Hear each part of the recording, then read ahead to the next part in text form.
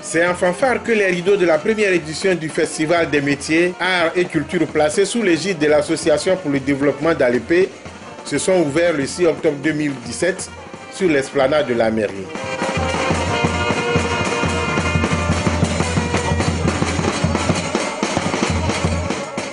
Une occasion pour des groupes de danse d'écrire l'histoire des peuples Gwa, Agni et Aké, à l'instar de celui du village d'Akouré dans la sous-préfecture de Guapo.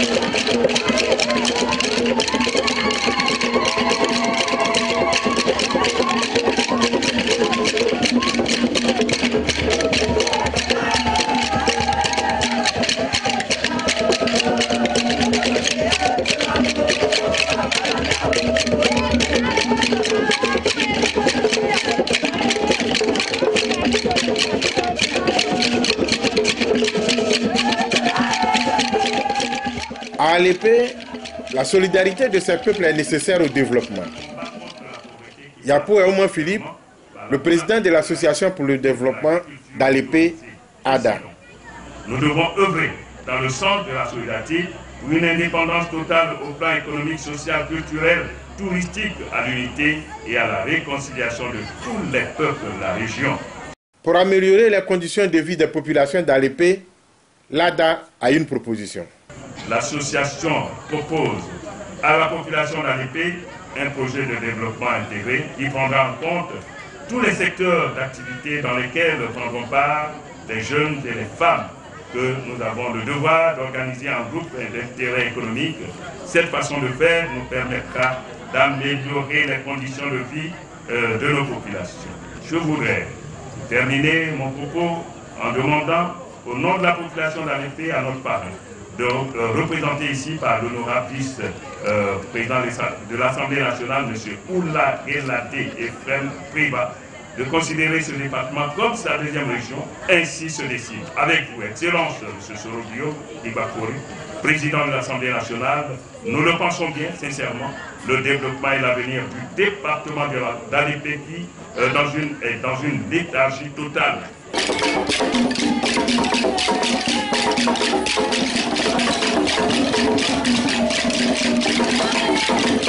Venue de Grand Alépé, la danse traditionnelle Aya a gratifié le festival de la dextérité de ses danseuses, dont les ondulations du corps le disputent au pas de danse.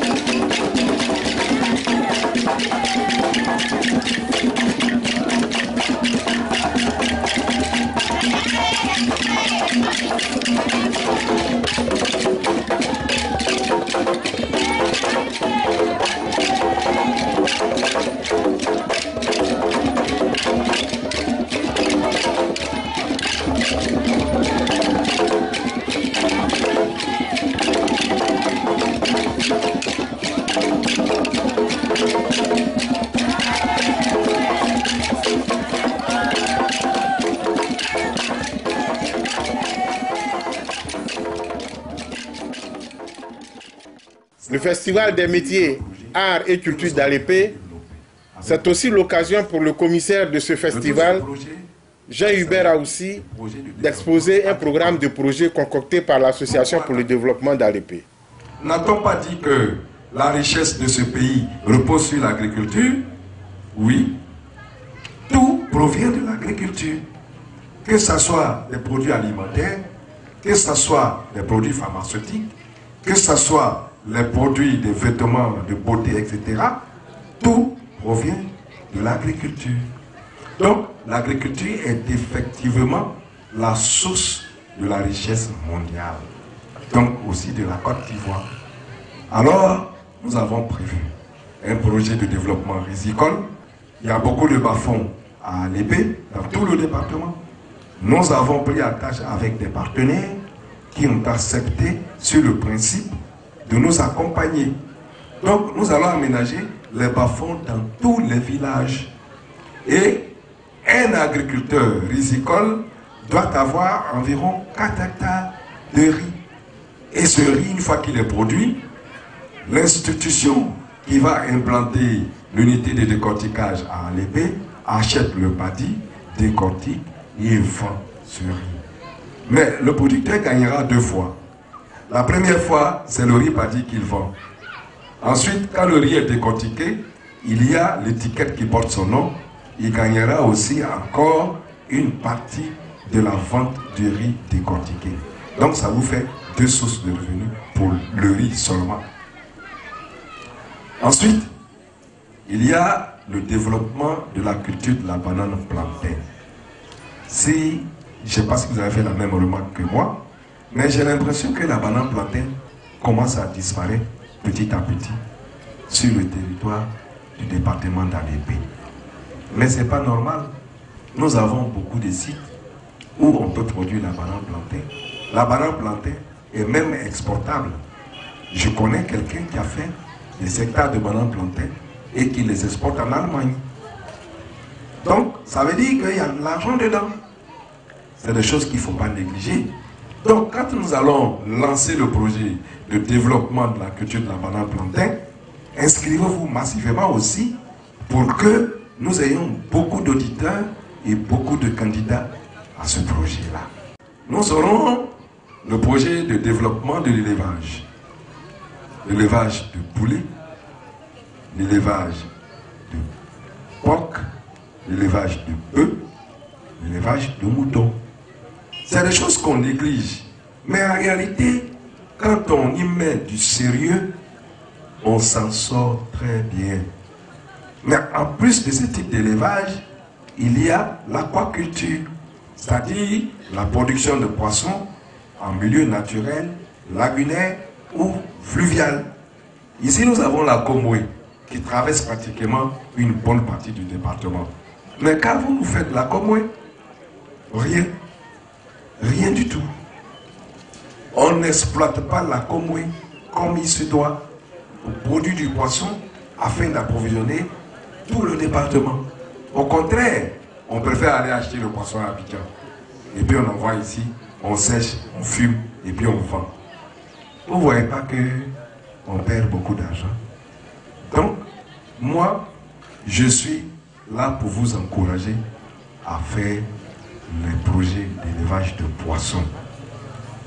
Parce que le poisson, c'est un produit animal qui est très prisé et qui est très recherché.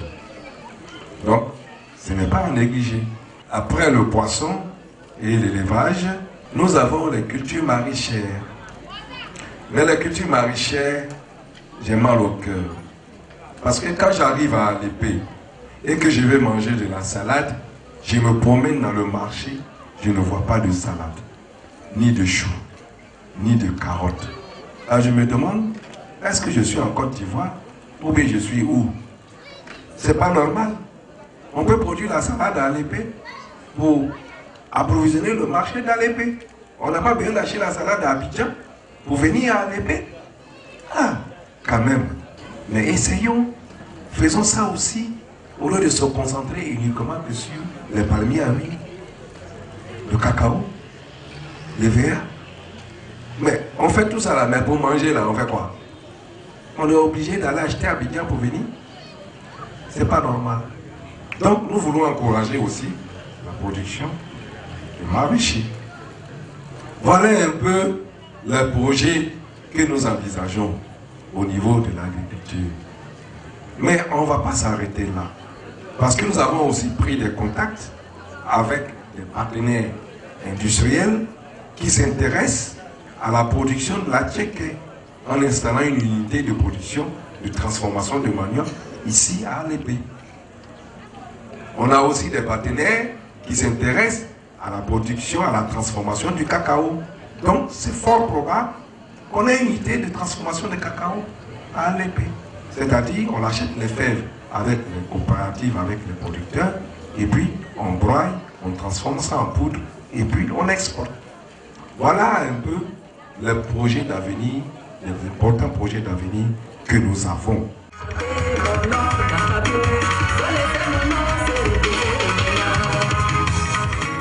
Le Festival des métiers, arts et culture d'Alépé se veut une plateforme d'échange culturel. Les artistes Bernous Odje et Sema Chouchou ont apporté à cet effet la note musicale moderne.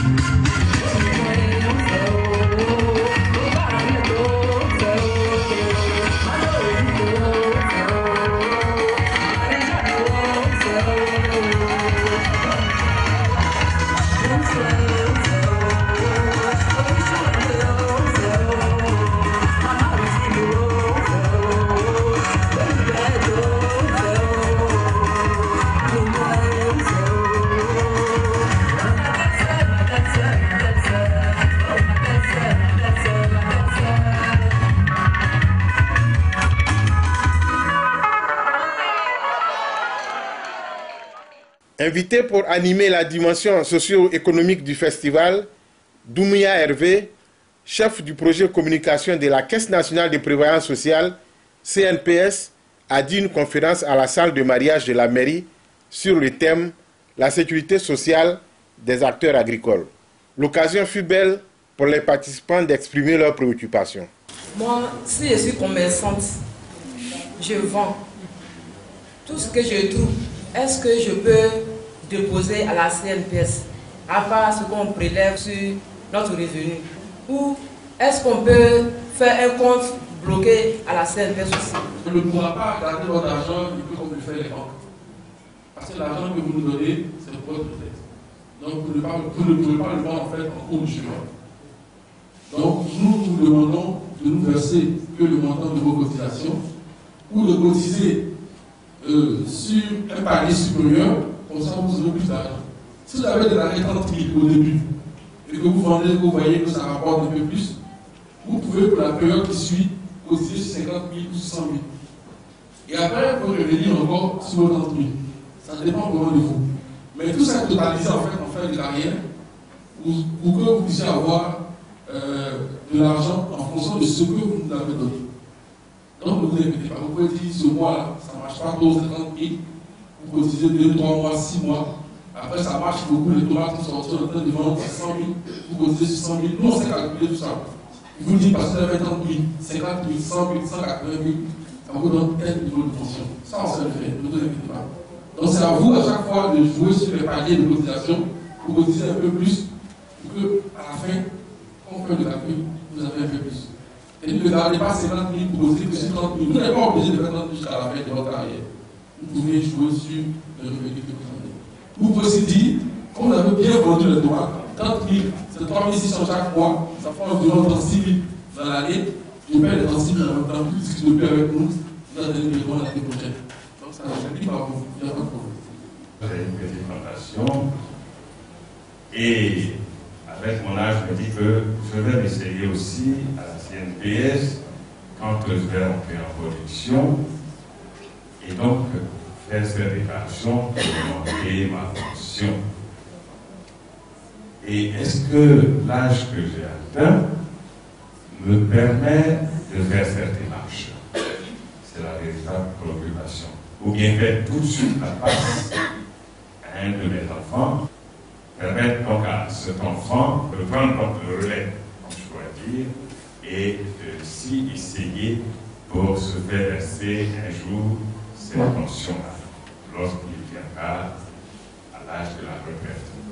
Voici ma préoccupation, bien définie. J'espère que la CNPS va me donner satisfaction. Selon le texte de loi que nous sommes en train de finaliser, l'âge d'intégration est de 59 ans.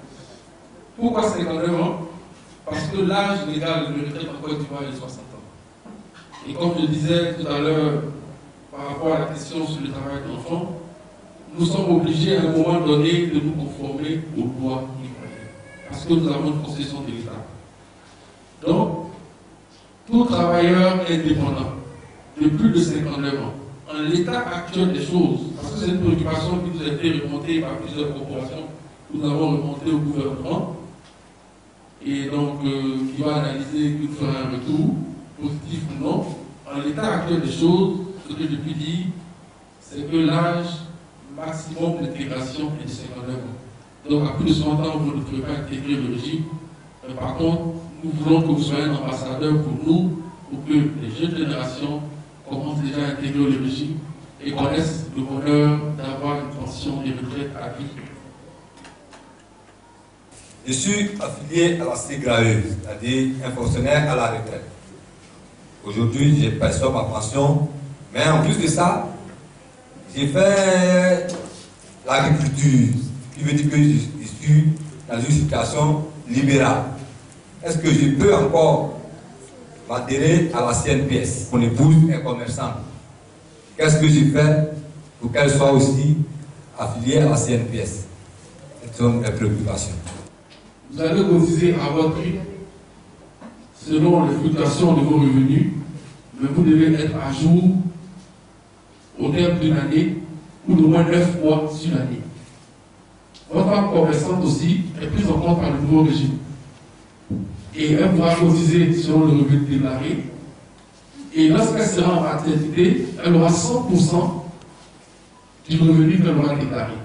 Si elle cotise sur 100 000, qui est environ 12 000 par mois, et qu'elle va en congé de maternité, parce qu'elle aura le droit aujourd'hui, grâce à la CNPS, de partir en congé de maternité pendant 3 mois, comme les fonctionnaires, comme les salariés de Côte d'Ivoire, elle percevra 100 000 francs chaque mois. Voilà. Et vous, si dans le cadre de vos activités au champ, vous avez une capacité, vous allez recevoir 50% du revenu déclaré. Tous ceux qui ont intervenu nous enseigner sur la CNPS. Mais je voudrais savoir, la CNPS, on peut s'inscrire individuellement ou bien si tu travailles dans une société, la société peut s'inscrire, peut dire aux employés, je vous déclare la CNPS. Bon, maintenant, l'employé qui est là, comment est-ce qu'il peut savoir si effectivement il a été déclaré à la CNPS? Parce qu'après, la société tombe en faillite et puis bon, ça reste comme ça. Vous travaillez dans une entreprise qu'elle dit qu'elle vous a déclaré, en principe, elle doit vous donner un numéro qui comporte 12 chiffres. Pour les hommes, ce numéro commence par 1. Et pour les femmes, ce numéro commence par 2. En fait, c'est le sexe. Ensuite, vous avez 2 numéros d'ordre, c'est-à-dire le 01 qui est la nationalité. C'est-à-dire si vous êtes ivoirien, vous avez 01. Si vous êtes burkinabé, vous avez 02. Mais avant ça, c'est précédé de votre année de naissance. Votre année de naissance. Donc vous avez par exemple, pour un homme, vous avez 1. Ensuite, vous avez 80 s'il est né en 1980. Vous avez 01 s'il est ivoirien. Vous avez 17 s'il a été déclaré en 2017. Et vous avez un numéro d'ordre de 5 chiffres. Donc ça fait 12 chiffres. Pareil pour les femmes qui commencent par 2. Maintenant, si l'employeur dit qu'il vous a déclaré et qu'il ne vous a pas remis le numéro, vous allez à l'agence la plus proche avec votre pièce d'identité afin que les agents de recouvrement ou d'accueil puissent vérifier si vous êtes effectivement déclaré. Ma préoccupation est que, est-ce que les enfants de 10 ans, par exemple, il y a un petit mécanicien dans mon quartier qui me demande, vieux père, est-ce que moi je peux me faire assurer? Là, quand il devient vieux, là, il y a 10 ans, il travaille déjà, on me paye. Par jour, il peut avoir 2 000, il peut avoir 500. Si je mets ça de côté, par mois, ça me fait 15 000, ça fait 30 000. Bon, est-ce que je peux aller à la CNPS pour me faire déclarer? Donc, ce que je voudrais savoir, c'est si les enfants de 10 ans peuvent être déclarés à la CNPS de leur propre gré. S'ils n'ont pas de parents, par exemple, ils sont orphelins, il est seul, il a 10 ans. Bon, il vit avec quelqu'un, mais il veut se faire déclarer. Comment il fait? Et ma deuxième préoccupation, bon, moi je suis un chauffeur, voilà, je ne suis pas chauffeur public, mais je suis, bon, disons, fonctionnaire, comment on appelle ça déjà ici, indépendant, travailleur indépendant, voilà. Donc si je viens déclarer à la CFPS que moi j'ai un revenu de 50 000 par mois, et puis chaque mois, moi je viens verser au moins 20 000 ou bien 15 000, est-ce que ça ne pose pas de problème? Il faut que nous sachions que nous sommes une concession de l'État du Côte d'Ivoire. Nous sommes une institution de prévoyance sociale. Nous ne pouvons pas et nous ne devons pas permettre le travail des enfants. Nous ne pourrons se déclarer au régime que les personnes qui ont l'âge légal de travail en Côte d'Ivoire. Et je pense, je m'appuie, c'est 16 ou 18 ans, je pense, en fonction des différents métiers. Donc, le petit de 10 ans, nous savons, il ne peut même pas travailler. Bon, après, c'est d'autres considérations. Nous n'allons pas entrer dans ce débat, mais il ne pourra pas être éligible. Il pourra peut-être bénéficier des allocations familiales de par ses parents. Pour revenir à votre cotisation, pour 50 000, normalement, vous devez cotiser 6 000. D'accord? Et vous versez 15 000 ou 20 000. Il n'y a pas de problème. Quand vous versez 15 000 ou 20 000, on va recalculer en fait, pour voir ce qui va vous rester sur l'année. Sur l'année, 6 000, ça fait environ 72 000. Donc 20 000, 15 000, 20 000, 15 000, nous on considère que c'est des paiements d'avance. Et lorsque l'année sera brûlée, ce qui sera en surplus sera mis sur le compte de l'année suivante. Donc ne vous inquiétez pas. Je suis planteur. J'étais fonctionnaire à la retraite. Je touche une pension de l'État. Mais aujourd'hui, je suis planteur et je vais m'inscrire à la CNPS pour avoir une pension au niveau de mes revenus. Est-ce que cela est possible? Ça, c'est la première préoccupation. La deuxième préoccupation, est-ce qu'il y a un montant précis, un montant fixe, comme pour les salariés qui travaillent dans le privé, qui travaillent dans le gouvernement? On sait combien on prélève et on reverse à la CNPS. Les cultivateurs, planteurs de DVA, planteurs de palmiers, planteurs, à quoi ici encore? Palmiers, EVA, planteurs de cacao. Comment se feront les reversements? C'est-à-dire les prélèvements que chacun doit reverser remontent à combien? Ça, c'est la deuxième préoccupation. La troisième préoccupation concerne nos femmes. Il y a les allocations. Quand la femme est enceinte, vous venez en aide à concurrence de 90%, de 50%, etc. Mais un planteur, il y a sa femme enceinte qui cotise selon le montant précis. Et qu'il y a sa femme qui accouche. Est-ce que cette femme va avoir les mêmes bénéfices que le salarié privé ou le privé, surtout comme il s'agit de la CNPS? Est-ce qu'elle va avoir les mêmes avantages? C'est la quatrième préoccupation, ou bien la troisième. La troisième préoccupation. Donc,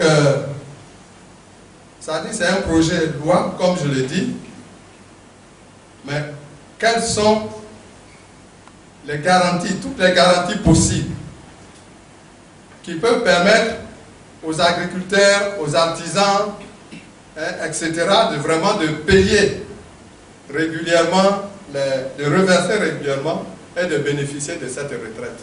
Est-ce que ce n'est pas, qu'est-ce que je voulais dire, en chemin? Est-ce que cela ne peut pas mourir en chemin? Déjà, pour vous rassurer, l'État de Côte d'Ivoire permet à un travailleur fonctionnaire qui est devenu travailleur salarié de totaliser l'ensemble de ces deux carrières pour voir s'il n'est pas éligible à la pension à vie. Donc, c'est tout à fait normal que la CNPS qui va gérer et les salariés et les indépendants, de pouvoir en son sein faire l'exercice aussi facilement qu'il a fait avec une caisse autre que la CNPS. Donc ne vous inquiétez pas. Vous allez continuer de recevoir votre pension en tant que fonctionnaire. Vous allez venir vous inscrire au régime de travail indépendant. Vous allez cotiser au régime. Vous allez recevoir les prestations du régime. C'est deux choses vraiment différentes et l'une ne va pas éteindre l'autre en fait. Donc ça va se faire facilement. Je voulais savoir que si je me déclare à la CNPS pendant des années, et aujourd'hui je ne vis plus, mais je n'ai pas d'enfant, et je n'ai pas de frère ni soeur, qui va venir prendre mon argent chaque fin du mois? Nous sommes travailleurs salariés. Nous cotisons pour que les femmes enceintes, travailleurs salariés, puissent avoir des allocations de maternité. Mais plus le monde n'a jamais d'enfants. C'est le même principe. Si vous n'êtes pas marié légalement, au moment où vous quittez la terre, en touche du bois, en ce moment-là, les droits vont céder. Mais ce que vous avez cotisé va certainement servir à d'autres personnes. Parce que nous, comme je l'ai dit, on ne fait pas de profit. Si nous étions une entreprise commerciale, ça nous aurait arrangé. Parce que ça aurait fait de l'argent. Mais, pour vous donner l'exemple, les allocations familiales, ce qu'on payait par enfant il y a 15 ans, nous qui pourra me montrer, c'était 1500 € par enfant. Aujourd'hui, on paie 5000 francs par enfant. C'est-à-dire, un salarié marié légalement, qui a des enfants, chaque mois, c'est de 5000 francs par enfant. Mais de 1500 à 5000, c'est bien entendu des cotisations, des droits qui se sont éteints et l'argent est resté. Comme on ne fait pas de profit, il faut redistribuer, on avait distribué. La pension de retraite avant, c'était 18 033 francs. En fonction de ce que la personne gagnait, on calculait, ça lui faisait 18 033 francs. Aujourd'hui, la CNPS a revalorisé, la personne touche 30 000 francs. C'est des droits qui ont été éteints, qui ont été redistribués. Donc ne vous inquiétez pas, vous aurez forcément servi à quelque chose pour les générations futures. Car cet argent, on va le garder pour vous.